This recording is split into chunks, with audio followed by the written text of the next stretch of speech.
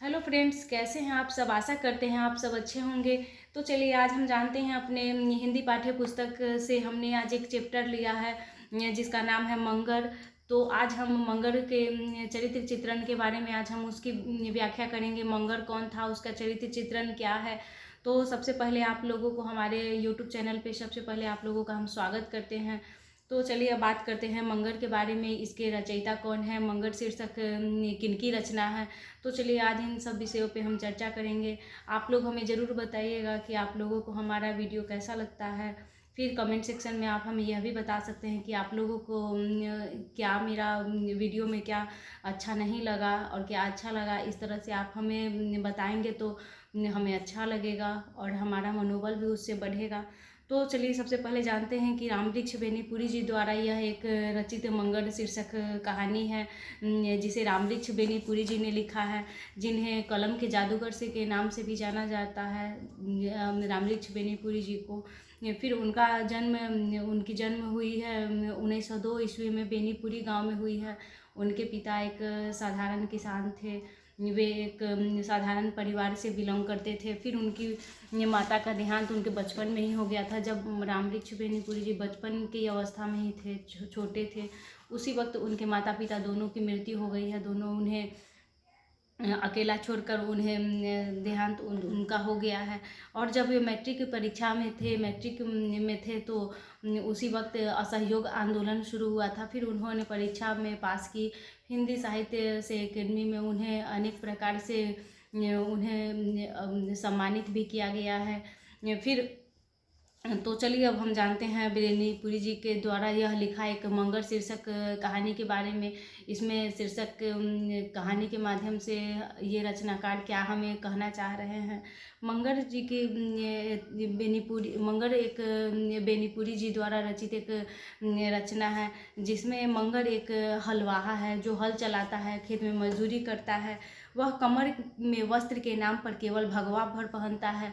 वह एक कमर में एक लंगोट सा एक भगवा लपेटे हुए रहता है और वह अपने काम में बहुत ही बड़ा दक्ष रहता है, निपुण रहता है। हर प्रकार से वह अपने कार्य को निष्ठुरतापूर्वक करना संभवतः अपना कर्तव्य मानता है। फिर लेखक के बाबा और चाचा उसे बहुत मानते थे। जो लेखक है उनके बाबा और चाचा मंगर को बहुत ही मानते थे। फिर मंगर का अभावग्रस्त उनमें स्वाधीनता कूट कूट कर भरा हुआ था। वह एक स्वाभिमानी व्यक्ति था। फिर क्या मजाल कि कोई उसे खरी खोटी सुना दे। वह कोई ऐसा कार्य ही नहीं करता था जिसे उसे कोई खरी खोटी सुना दे या उसे कोई डांट डपोट कर दे। यह उसमें एक हर प्रकार से वह अपने कार्य को निपुणतापूर्वक क्या करता था। फिर मंगर अपने काम में डटा रहता था, इसीलिए उन्हें अन्य मजदूरों से अच्छी और विशेष प्रकार की रोजी मिलती थी। उसे प्रतिदिन कार्य मिला करता था। यदि कोई अन्य दिन कोई और मजदूर बैठे भी रह गए फिर भी यह मंगर को यह ऐसा नहीं होता था, उसे प्रतिदिन काम मिल जाया करता था। वह लेखक को भी बहुत मानता था। वह एक स्वाभिमानी व्यक्ति था। कई बार लेखक उसके कंधे पर भी चढ़ा किया करते थे। जब वह एक हट्ठा कट्ठा नौजवान सा था, वो उसे एक लेखक चढ़ने से ही उसके शरीर पे कोई उसका वजन ही नहीं पता चलता था, मानो कि वह एक छोटे से बच्चे को जैसे अपने कंधे पे लिए हो। इस तरह से वह एक बहुत ही हट्ठा कट्ठा भी व्यक्ति था मंगर। उसके बाद वह तो बाहर से बेलौस मालूम पड़ता था पर भीतर से कोमल एवं भाव प्रबल था। उसमें एक उसके हृदय में कोमलता बहुत ही भाव प्रबल थी। उसमें कोमलता कूट कूट कर भरी हुई थी। व्रत त्योहार के अवसर पर मंगर के प्रति विशेष सहानुभूति दिखाई जाती थी। उसे हर प्रकार से वस्त्र इत्यादि दिए जाते थे। कभी कभी उसे धोती मिलती थी, वह पहनता, पर भगवा पहनने के बाद वह अत्यधिक सुंदर लगता था। वह यदि उसे कहीं जाना पड़ता था तभी वह धोती वगैरह पहनता था, नहीं तो वह एक कमर में लंगोट जैसे लपटे हुए भगवा, वही उसका रूप, उसी में वह सुंदर दिखता था, वही वह पहना करता था। उसके शरीर का गठन बहुत ही बड़ा, सुव्यवस्थित और सुंदर था। उसका शरीर बहुत ही सुंदर दिखाई देता था, प्रतीत होता था। अतः लेखक को उसका वही रूप अच्छा लगता था, वह मंगर का वही रूप लेखक को बहुत ही अच्छा लगता था। एक बार मंगर के सिर में दर्द हुआ। उसकी स्त्री का, पत्नी का नाम भकोलिया था। फिर उसकी स्त्री जो थी एक आदर्श पत्नी थी। कहीं से दाल चीनी ले आई और उसके सिर पर लेप लगा दी। उसकी पत्नी उसे बहुत ही प्रेम किया करती थी। फिर सर दर्द तो जाता रहा, पर साथ ही उसकी आंखें भी जाती रही, और यह जो दालचीनी के लेप से उसकी आंखें की रोशनी चली गई मंगल के।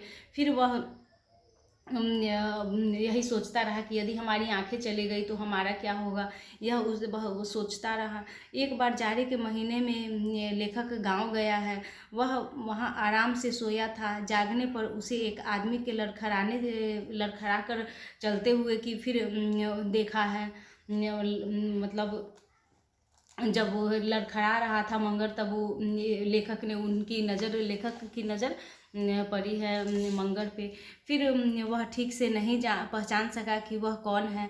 बाद में मालूम हुआ कि वह तो मंगर है, क्योंकि वह जब नौजवान था, जब वह मजदूरी किया करता था, उस वक्त उसकी हालत कुछ और थी, और अभी तो वह पहचान में ही नहीं आ रहा था। वह एकदम अंदर से कमज़ोर और जर्जर हो चुका था। फिर उसे देखकर लेखक के हृदय में करुणा उमड़ सी पड़ी है।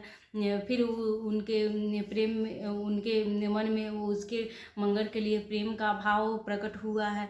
मंगर बेनीपुरी जी का एक बड़ा ही विश्वासी हलवाह था। वह हल चलाया करता था, बहुत ही विश्वास किया करते थे उस पे बेनीपुरी जी। वह तो दरिद्र पर दीन नहीं था। फिर स्वाभिमान उसकी नस नस में भरा हुआ था। वह दुखी नहीं रहा करता था, क्योंकि वह जानता था कि प्रभु जो करेंगे वही होगा। वह इतना विश्वासी था और इतना डटकर वह परिश्रम किया करता था कि कोई भी उस पर शक भी ना कर सके। फिर कहानीकार के बाबा उसे बहुत ही मानते थे। जो बाबा थे लेखक के, रामवृक्ष बेनीपुरी जी के जो बाबा थे, उन्हें बहुत ही प्रसन्न हुआ करते थे। उसके कार्य से अत्यधिक प्रभावित हुआ करते थे। जहाँ दूसरे जनों को एक एक रोटी मिलती थी, वहाँ मंगर को 1.5 रोटी मिला करती थी। फिर बिना कहे सुने खेती के काम बड़ी चौकसी से किया करता था। उसे लगता था कि वह अपना ही कार्य कर रहा है, इस तरह से वह कार्य कर रहा था। उसमें यह भावना नहीं थी, मंगल में यह भावना बिल्कुल नहीं थी कि मैं यहाँ काम कर रहा हूँ या मजदूरी कर रहा हूँ। वह अपना कार्य ही समझकर भली भांति उस कार्य को मतलब समाप्त किया करता था। एकदम जैसे खुद कोई व्यक्ति अपना कार्य करता है, उस तरह से वह काम किया करता था। मंगर देखने में तो काला कलूठा था, पर खूबसूरत था। उसकी ऐसे बाहरी रंग की बात करें तो वह काले सांवले रंग का व्यक्ति था, पर वह अंदर से बहुत ही सुंदर और स्वाभिमानी व्यक्ति था। खूबसूरत इस अर्थ में कि उसके शरीर का गठन बहुत सुंदर था। उसका आँख, नाक, यह सब उसकी बनावटें जो थी वह बहुत ही सुंदर थी। फिर उसका स्वास्थ्य भी अच्छा था। वह बहुत, जब उसके सिर दर्द से पहले जब उसकी पत्नी भकोलिया ने जब वो दालचीनी का लेप लगाया था, उससे पहले जब उसकी आंखें अच्छी थी तो वह बहुत ही स्वस्थ था, परंतु उसकी आंखें जाने के बाद वह बहुत ही दुखी रहने लगा था। फिर सच्चा सौंदर्य तो अच्छे स्वास्थ्य में ही निवास करता है। वह पहले बहुत ही सुंदर और सभ्य रहा करता था। मंगल की मानवता महान थी। वह मनुष्यों को प्यार तो करता ही था और पशुओं को भी प्यार करता था।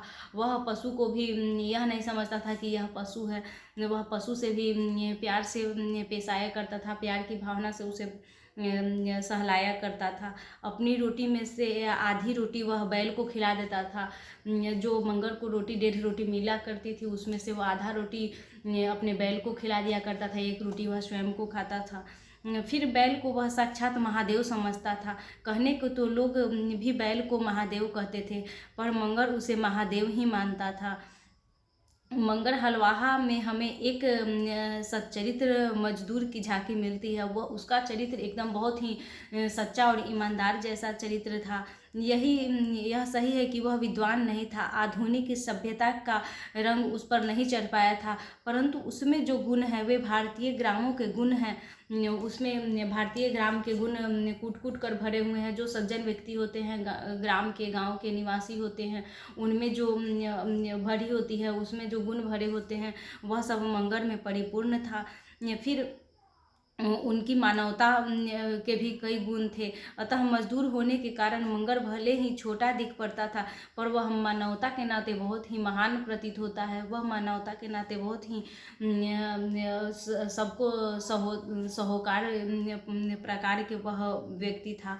रामवृक्ष बेनीपुरी जनता के कलाकार थे। वह जनता के बारे में वह लिखा करते थे, जनता के विषय में वह अत्यधिक सोचा करते थे।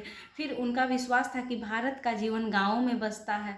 अगर साहित्य जीवन का चित्रण है तो उसमें संपूर्ण जीवन का चित्र उपस्थित होना चाहिए, क्योंकि गाँव में ही सच्चे मनुष्यों का रहना सहना होता है, गाँव में ही सच्चे मनुष्यों का भरण पोषण होता है। उस तरह से वह अत्यधिक साहित्य जीवन में अपना मतलब गाँव के बारे में ही व्याख्या किया करते थे।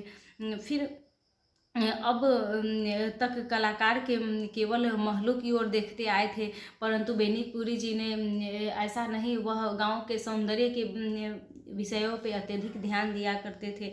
वह गरीब और मजदूरों पे विशेष प्रकार से रचना लिखा करते थे, वह कहानी लिखा करते थे। फिर ऐसे में एक पात्र मंगल भी था जिस पे उन्होंने चर्चा की है। वह एक साधारण हलवाहा है, उसे कौन जानता है, पर हलवाहा नहीं, वह एक आदमी नहीं है, ऐसा तो नहीं है। वह एक हलवाहा है, एक मनुष्य है, एक आदमी है, एक उसकी एक जीवन है, उसकी भी एक जिंदगी है, उसमें भी एक रंगिनी है। वह ऐसा समझा करते थे रामवृक्ष बेनीपुरी जी।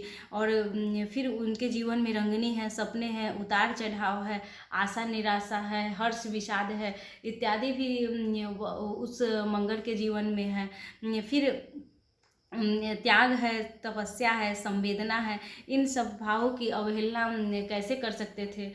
फिर आगे चलकर मंगल का देहांत हो जाता है। वह जब बूढ़ा हो जाता है, उसकी पत्नी भकोलिया उसका भरण पोषण करती है, वह उसे खाना खिलाया करती है।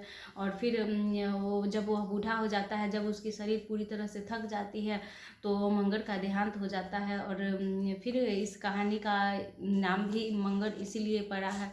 तो चलिए आप हमें बताइएगा कि आप लोगों को हमारा ये वीडियो कैसा लगा। मिलते हैं अपने नेक्स्ट वीडियो में। Thank you.